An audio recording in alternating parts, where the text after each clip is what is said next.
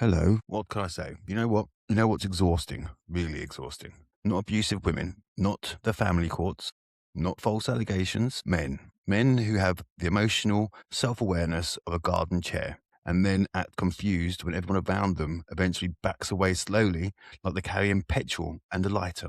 And before the comments start frothing at the mouth, no, this isn't me saying fathers don't get shafted. They do. I've seen it. I fight it. I talk about it constantly. But some of you lot, Jesus Christ. Some of you, some men will scream parental alienation because their ex won't answer the phone after they've spent 6 years calling her every name under the sun in front of their kids. That's not alienation. That's consequences. You can't emotionally terrorize a house for years, punch holes in doors, scream at everyone, threaten court every 5 minutes, refuse to co-parent, ignore boundaries, and treat every disagreement like a hostage negotiation, and then act stunned when your child doesn't run into your arms like it's the ending of a Disney film. Whoa, she's turned them against me. Maybe. Or maybe your son remembers hiding upstairs whilst you lost your mind over a dishwasher. Nobody wants to say this because every conversation online now has to be tribal. Women good, men bad. Men good, women evil. Everyone's apparently a narcissist. Everyone apparently is traumatized. Everyone's apparently a victim, the victim. I say bollocks. Bollocks to all. Some women are manipulative. Some women are absolutely weaponizing children. Absolutely. Some women lie. Some women emotionally destroy men. I get it. And some men are absolutely fucking nightmares. Both things can be true at the same time. But what I notice in a lot of fathers groups is this bizarre religious devotion to male innocence. I think that's why most of them have kicked me out of the group. So I'm banned from most of the groups now because I tell it how it is. So they think every bloke's a perfect dad. Every ex is a psychopath. Every judge is corrupt. Every social worker is biased. Every child's been brainwashed. Really? Every single one of you? That's statistically impressive. Apparently, Britain contains millions of flawless fathers who just accidentally ended up with non-molestation orders, police call-outs, terrified exes, estranged children, and recordings of them screaming like a pissed-up football hooligan from in a Toby Carvery car park. Yeah, imagine that now. And still, they're the victim. Mate, at some point, if every person in your life thinks you're aggressive, controlling, volatile, impossible to reason with, emotionally immature, and incapable of accountability, maybe that deserves at least 5 minutes of reflection before launching your 17th Facebook rant about feminism. Some of the nastiest men I've ever dealt with are the same men screaming online about men's mental health and family court corruption. Not because those issues aren't real, they are real, very real, but because some men use genuine social issues as camouflage for their own behavior.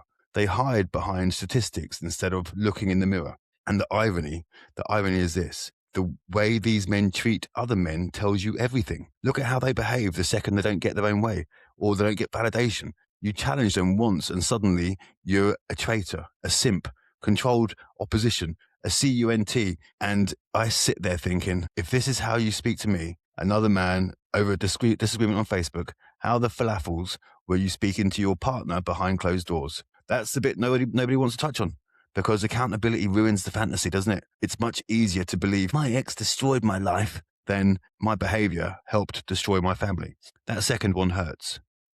That one requires growth. That one requires emotional maturity. And some men would rather lose contact with their kids than lose their ego. And that's the uncomfortable truth. I work with women who are genuinely being abused by men, properly abused, controlled, threatened, terrified. And even then, do you know what some of these women still say? I still want my child to have a relationship with their dad. Think about that. Women protecting a father-child relationship while being emotionally destroyed by the father himself. Meanwhile, online, some blokes are acting like every woman who asks for boundaries is part of a Marxist anti-male conspiracy.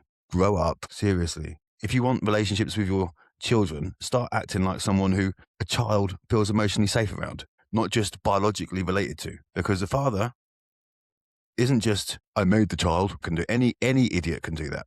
Being a father is emotional regulation, consistency, restraint, humility, sacrifice, self-awareness. And if your entire identity depends on blaming everyone else forever, your children will eventually notice that. Kids are not stupid. They might not understand manipulation academically, but they feel tension. They feel fear. They feel instability.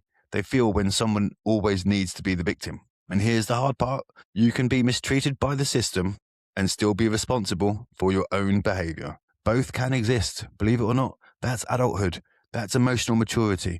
The courts need reform. Cafcass get things wrong. Some women absolutely abuse the system, but some men, well, desperately need to stop pretending every consequence is oppression.